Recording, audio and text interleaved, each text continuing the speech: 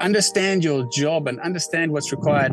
I mean, a passenger doesn't know that I'm doing those sums, and it doesn't matter. They don't need to know. But what they do need to know is that I'm passionate and I love what I do. And that's the stuff I'm looking at when I'm flying an airplane and taking you safely.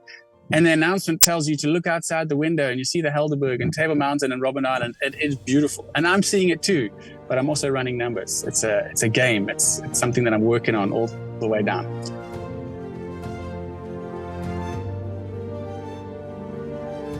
Good morning, Alex. It's so lovely to meet you here on Zoom. It's nice to connect with you, Petra. Thank you. Yeah, so you are an airline pilot in South Africa. Mm-hmm.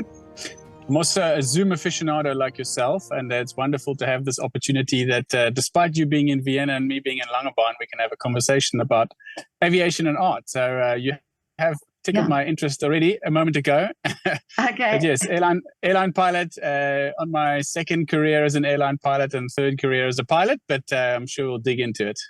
Yeah. So first, I would love to know your story on. I always ask people, was artists, where did it start for you? What was the inspiration? So there must have been a time as a young boy where you had this fascination with flying and aviation. Well, yeah, it's interesting because I'm sitting in Langebaan with my father, and when I was very small, my folks split up, and when I grew up in Cape Town with my mom, and my father and my stepmother moved to the UK for a period of time. And it used to be every second weekend with Dad. And then when they moved to the UK, it changed to once a year we'd go and spend a bit of time. I've got an older sister as well, and she's 18 months older. So Nicola and I would jump on a plane. The first time I was 7, got on a British Airways flight from Cape Town to London, and unaccompanied minors. And Mum sent us off with our passports and our little travel kits, and off we went. And we were at the mercy of the cabin crew, but it was just this fascination and wonder for me to be on this big, beautiful machine that could take you across the skies through the night. And not only that, but you could push a button and someone would bring you a Coke, and you could sleep on the floor, and you could go to the cockpit and visit and see all the lights. And it was just a fascination and a wonder, having experienced the gift of flight as a passenger from such a young age.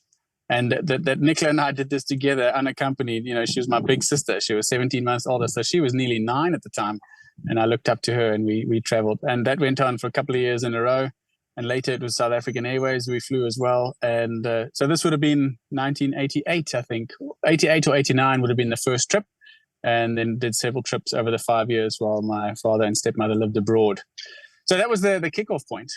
And it was, I've actually done some reflecting on that in this last few months. And years down the line, we'll get to it in the middle, but years down the line, I worked for South African Airways, and there was a chance, I don't know, but there was a chance that some of the people that I flew with were junior pilots at the time that flew me as a kid.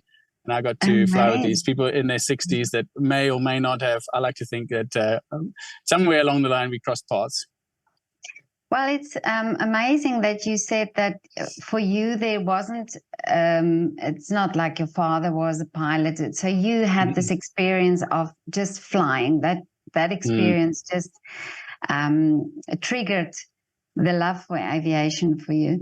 But then when did you realize that you could become a pilot? Was it in the back of your mind and that you sort of always had this wish?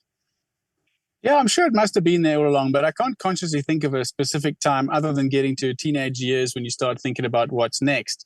I was always fascinated. Look, and going back to the story of travel, it wasn't just the fascination of this wonderful, beautiful Queen of the Skies piece of machinery which transported you across the world, but what was that other world? And it was so different. You'd go from winter in Cape Town to summer in England, and just a different experience in culture and language and food and, the sights and smells. So that was already a door that opened for me to be able to experience and take in what it is to see different places and different people, in their environment as well. Like to transport into a place and learn something new about it was fascinating.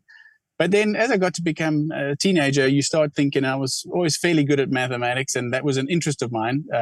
I even started looking at potential careers, or what I would study, maybe at the University of Cape Town in mathematics. And somehow the aviation bug came around again, because by this time my parents had now come back from the UK, still living with my mum.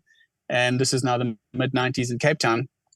And it was now time to explore. And yeah, it came across my path that you could become a pilot as a career. And I did some job shadow at Cape Town Airport with one of the airlines for a couple of days. And that was another little taster. And then for my 16th birthday, I was gifted a 30-minute introductory flight. Or it might even be 20 minutes, but certainly on the West Coast, flying a little Piper aircraft and flying up and down the beachfront at Helderberg. It was just, then that was it. I was done. So 16, having had that intro flight for 20 minutes or so, it was just enough for me to know that I need to do more of this. And then we looked around and thought, well, what's the best place you could find for training? And where would you go and what would you want to do? And decided to apply to the Air Force. Luckily for me, I had good enough marks at maths and the sciences, which was what was required at the time. And I won the genetic lottery with eyesight and the right height and arm length and things, and went through the process of applying to the Air Force and was selected. That's amazing. But I think many young men or women, they always have this thing, like you said, you were good in maths, that they already think, okay, this is my weak point, or maybe I wouldn't be able to do it. But you just went for it. Was there ever a doubt in your mind? Well, some people may say overconfident. It's not something I haven't heard too often in my life. It's quite a common theme. So I if I go for something, I go hard, and I am I'm calculated in my mind. But when you start hearing about it, it might be the first time you think you notice me saying something, but it's not the first time that I've thought about it. So by the time a thought has germinated long enough, and I've put together a bit of a piece of this puzzle that it could play out in a certain way, I'm already, I'm already past the start line, and I'm starting this race. And I generally am quite confident about things, but it's not to say that they always work. But I like to give it a good go, and I like to trust in my abilities, and they don't always work. Lots of things don't work. But I'm a firm believer in you just start, and you don't have all the answers, but if you know what you want to do, then go after it, and things will either fall into place, or quite quickly you'll realize this is not the right direction, and you'll need to change. So that's the way I've approached things in life. But this is also a career with a very long journey. Journey sounds cliche, but it is really a journey that you guys go on, because it's a long process. So the training takes a long time, and it's a lot of hours of input. So is that something that you think you really have to be dedicated to do that? Yeah, it's a funny one, because I'm in a stage right now where I'm in a potential transient point in my career now. Up until this job, I've had 2 jobs, and for 20 plus years, I was in the Air Force, and then I was in South African Airways, and those are just 2 long-standing careers. But I can tell you, at about year 3 or 4 in the Air Force, I started getting distracted by ideas of doing other things, and luckily for me, they didn't work out, because I thoroughly enjoyed my time in the Air Force, and certainly the last 3 or 4 years were. I was describing this to a friend recently, that just the sense of things getting better and better and better, and almost this view of liftoff, like you can imagine a graph that starts peaking towards the end. That's how I experienced my time in the Air Force, that it got better. Even though I was a little distracted after a year, 2, 3, or 4, I saw opportunities and took them. And the same was true again in the South African Airways. I mean, if they didn't go through what they went through recently, I would still be working there. It's no longer the same airline. But my last 3 or 4 years in the airline, again, this thing about things just getting better and better, and my career taking off. So if I look forward and see 10 years into the future, I get a little bit anxious. I get a bit kind of claustrophobic and worried about what path am I going down, and what can I see at the end of that path? And is that so inspiring? And no, oftentimes it's not. But I just dial it back into today and say, well, what are the opportunities in front of me today, and what can I go after? Because I really do live moment to moment, in as much as enjoy each moment. This last couple of years has really taught us that life isn't what we thought it was going to be. Lots of people and places have been turned on their heads, and I quite enjoy doing handstands. So this little run has been quite entertaining and fun for me. I mean, there's been lots of heartaches, but I'm seeing the joy, and really, there's a lot of things to be thankful for, grateful for, and I'm really just leaning into the moment. So when I do get too all consumed with what does 10 years look like from now, I just kind of dial it back to what does today look like. And that's so yes, there is a long-term aspect to this career, but for me, it's got to be very well balanced to what do you enjoy today. And this is the challenge now that you have in South Africa because of South African Airways and many other airlines went bankrupt, and you have to sort of go in this. You work on hours and you work on achievements, or not achievements, but you work yourself up in an airline. It's not just that you can go from one airline to the other. You actually have to build yourself up. So is that also the challenge that you in South Africa have now? Sure, and that'll always be the challenge in the aviation game. There's two kind of types of airlines. There's the legacy carriers, which is the old school, TWA, British Airways, United Airlines, South African Airways, Cathay Pacific, those big brand names, KLM, Air France, Lufthansa, where you join at the bottom, you work your way up, you become a captain, and you have a long career. 20, 25, 30 years later, you've got a big pension, and you've flown around the world in the biggest airplanes to the best cities. That's the kind of typical career path. And then there's the low-cost carriers that have come in and shaken the market up the last 15, 20 years, Southwest, Ryanair, EasyJet, those kind of places where it's a high turnover, low pay, high work, and it really does kind of mix up. It's a very different dynamic. For example, a small airplane, you could fly 737 and A320. I don't say it disparagingly, but they're smaller aircraft compared to the international aircraft. You could be a year or two and you could be a captain on those things. So I went to a legacy airline, and it took a long time to become a captain. And in fact, I never reached it. So after 12 years, I was still never a captain. And now I'm starting again as a first officer at another airline, and potentially starting again at another airline as a first officer. And that's one of those moments where I just dial it back to say, well, where's the joy today? Because it's a beautiful place. And despite, what tomorrow looks like, today looks amazing. And I really, I think the reason we connected was probably a post or two on LinkedIn that you saw that resonated. Yeah. We spoke about artists and passion. And I have a lot of passion for what I do. And it's not because I'm working very hard or tired or crossing the country 4 times. It's because I get to cross the country 4 times. I get to see this amazing place.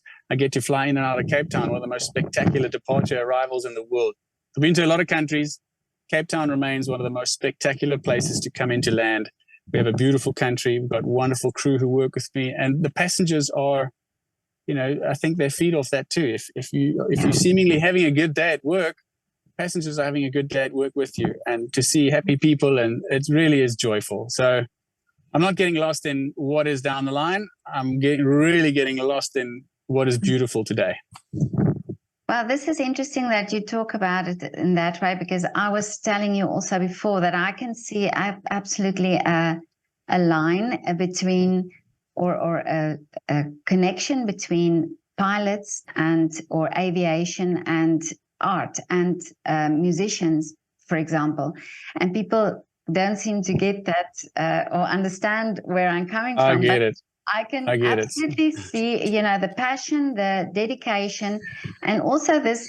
You always speak to pilots, and they talk about the passengers, and there's this connection between pilot and passengers also that I find also between the musician and the audience, and I think it's this thing where you say, when you have a happy day, then your passengers as well. So it's this connection that you have when that's part of your job.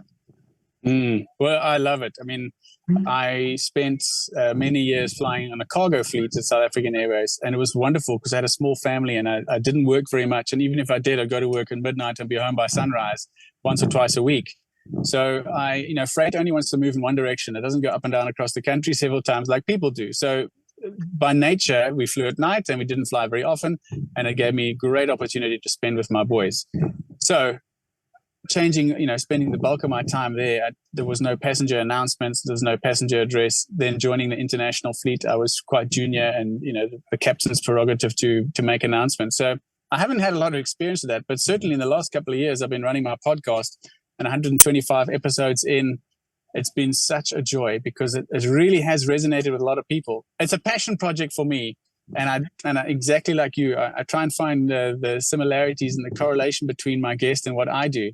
Wonderful conversation with Sean Thompson, world champion surfer from 77. And we were comparing flying and takeoff and landing with launching into a wave and riding the barrel and sensation and focus. And I can remember having conversations with Honor Carstens and the Nude Girls, and just how do you put things together and how do you build the teamwork? And there's a lot of beautiful things that do tie up. But I think the main thing that does tie up is the passion, is what is it that you're supremely focused on? And that's the thing I'm trying to share with people that are all walks of life. And I do some LinkedIn training to just try and share the passion. And most often the response or the feedback I get from somebody is, well, that's cool because you're in aviation, or fill in the blank, you're a musician, you're a whatever. But my job's boring. And no, it's not boring.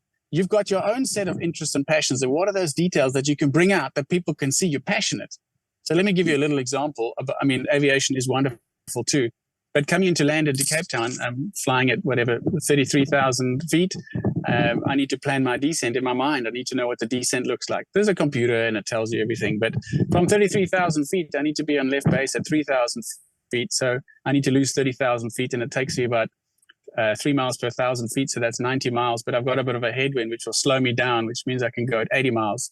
And if I'm heavy, I might want to add another couple of miles. And if I need to accelerate, I need to add some track miles for that. If I need to decelerate, I need to add some track miles for that. So I do the sum in my head, and I see that I need to start my descent at 82 miles. I look down at the box, the machine that tells me where my descent profile is running, and it says 83 miles. And I say to myself, great, I'm on the numbers here. I'm within a mile or two, which means what I'm thinking I want to do and what the computer thinks I need to do is close. And then you have to adjust. So that's just like a detail that understand your job and understand what's required. I mean, a passenger doesn't know that I'm doing those sums, and it doesn't matter. They don't need to know. But what they do need to know is that I'm passionate and I love what I do. And that's the stuff I'm looking at when I'm flying an airplane and taking you safely. And the announcement tells you to look outside the window and you see the Helderberg and Table Mountain and Robben Island. It is beautiful. And I'm seeing it too, but I'm also running numbers. It's a game. It's something that I'm working on all the way down. So yes, lots of correlation between passengers and audience and musicians and pilots. And I think the correlation really is, are you passionate about what you do and how do you express that? But it's also true that not everybody can be a pilot. Not everybody. Sure. Yeah. So what would you think is the skill set that you have to be a pilot? Yeah. Well, so this is a tricky one because I do believe in learning. I'm a very big fan of Carol Dweck, Mindset. It's a great book, and the whole process of be a learner for life. Every day is a school day, and if you take on the approach that I need to learn things, I'm going to make mistakes, and I need to improve. And if I fail at something, it doesn't mean that I'm bad or I'm an inferior person. It means I haven't learned it yet. So there's an opportunity to learn. So if you do well, it's not because you're great, it's because you worked hard. And if you do badly, it's not because you're bad, it's because you weren't prepared.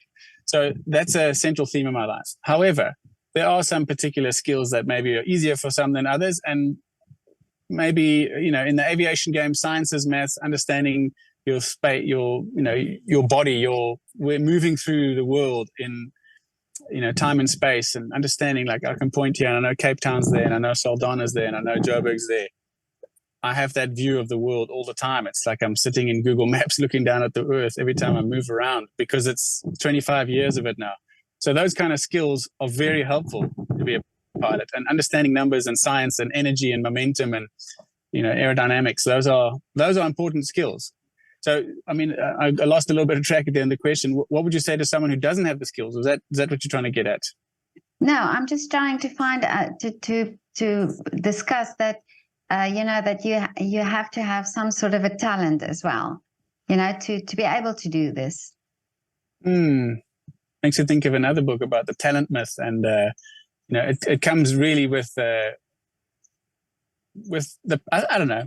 But this is a debate. This is a conversation, Petra. So is it the talent that comes first, or is it the passion that comes first? And what causes the passion? Where does the spark come from? For me, as a child, the spark was travel, see new things. But also the machinery, the beauty of that machine and the engines and the operations and the cockpit and the switches and the lights. If those things don't inspire you, then it's a very hard career to get into, because it's a lot of work. It costs a lot of money. It takes a long time to get into an airline. And once you're there, it's hard work. It's hard in the family. You're going to do every 6 months for the rest of your life. You're going to do an exam and an interview and a quiz and a check ride to see if you're good enough to keep your current job for the rest of your life. there's not many jobs out there that are like that. Yeah. And if you don't have the passion, you're not going to sustain it. It's just, you're going to be working through the night when everyone else is sleeping. You're going to be looking down on the beautiful sights of the world and seeing at 3 a.m, all those city lights, and everyone's asleep in bed, cozy, and you're at work. It's not enough to sustain you. So the passion has to be there, because there's a lot of hard work and it takes a long time. Amazing answer. Because really, that's true. You have to, you know, if you look at it that way, then it is the enjoyment of the job that comes with a passion for it. And I believe that Yeah. everybody has that passion in them somewhere for something. So don't waste it on something that is draining you. I think we can all recognize when we are drained by something. And I think that's where COVID really has helped us, is that we can recognize things. It's like the pressure cooker has happened, and you can recognize the bad, and you can recognize how to get out and change things. And you can recognize the good that you took for granted, and now bring more of that and change, you know, get less of that and bring more of this. But I really believe, like yourself, I mean, I'm not really sure what you were doing 10 years ago, but certainly you probably have a passion for what you're doing now. And it's an amazing thing. I mean, people that were out of a job and started making wood items and a bit of furniture or kitchenware stuff out of wood, you know, maybe they just found a new passion. And sure, not every job has the ability to make a lot of money, but that's not the only thing. Every day has got to be a good day. Bring the joy each day. And how can you live each day in the best possible way? So I'm a real fan of the habit and routine, not in a boring kind of methodical kind of way, but habit and routine enough to say that I know that after 4 days of not exercising, I'm going to start getting a little crabby. And after 5-6 days, I'm going to wonder what's going on. And I'm not going to realize it at the time. But looking back, I'm just, that's why I need to go for a run. I need to go to the gym. I need to go for a swim. So that kind of habit and routine, I know works for me. So build it into every day. And writing and communicating and interviewing people and my podcast is a passion. I know I need to keep that going because it's good for me. And when I have long breaks, there's something missing and something feels out of alignment. And I'm sure we can all resonate with that thought. And so what are those little things you can find in your life each day to build those habits to say, well, this I can't live without, and therefore I need to live with it every day. Yeah. Well, I agree with you there. And I think also during the lockdown time, people had time to reflect and time to think about what is important. And yes, I agree, you know, asking people about their lives and hearing stories like this, you know, it's so inspirational as well. And I love it. I love to hear and get inspired this way. But now, Alex, you said you didn't know what was going to happen in the next 10 years or so, but what is the wish for you? I don't really know, but what I do know is that I need to strap in because it's about to get real, because I just have a sense of positivity and opportunity. And one thing that really has gone well for me in the last couple of years is seeing opportunities out there. We all see it all the time. Seeing it's the one thing, recognizing that it is an opportunity and then acting on it. And that goes back to the beginning. Well, you know, just act and figure it out as you go. Sometimes we get lost in all the details of everything. And actually we need to not overthink, start. If it's in the line of business, you know, do you have a customer? Does somebody want what you're trying to sell? And if not, I think you need to rethink it. But if there is an interest in what you want to sell, then great. Then package it in a way that somebody wants it and make it at a price that'll work and make some money out of it. So for me, I'm not sure what it is, but there's lots of opportunity. I won't stop flying and I won't stop my podcast, but there's a lot of things between those 2 points as well. And it does include being all over the world at the same time, because travel remains important. Yeah, well, it's amazing. And I've recently been to South Africa, and it's just amazing how positive people are, despite a lot of, you know, negative things happening and load shedding and you know, things like that. But people have the sense of hope and, you know, doing things and getting on with it. Yeah, resilience is a good one. And certainly if you learned nothing in COVID other than resilience, then you would have done well. I think it's like I think it was Darwin who talks about it. You know, the gene that continues, the species that survives is ones that are adaptable and resilient. So yeah, we've seen that, and leaning in hard to that. Long may it last. Yeah. But now, Alex, I have one more question for you, and I would like, you mentioned you waiting for your pizza, but can you do a shout out for your favorite restaurant or coffee shop? You're in Langebaan now. I'm in Langebaan. It is one of my favorite restaurants. Pearly's on the beach in Langebaan. We've been coming here for, I don't know how long, a long time. Pearly's has been here a good 40 plus years. And I learned to fly in Langebaan. And before that, I spent weekends in Langebaan. So yeah, lovely. If you're in this part of the world, Pearly's on the beach. I'm on the beach sand right now and about to go enjoy a Pearly's pizza. Okay. I'll put their link in the description as well. Wonderful. Okay. Well, nice to chat to you, Petra. This has been fun, and I think there's more to explore. Yeah, definitely. And thank you so much for your time. And I hope to see you one day in Vienna. Maybe you fly this way. You never know. You never know. I'll definitely look you up. Let me know, yes. Okay, Alex, have a lovely afternoon. Thanks a lot. Thank you. You too. Cheers, Petra.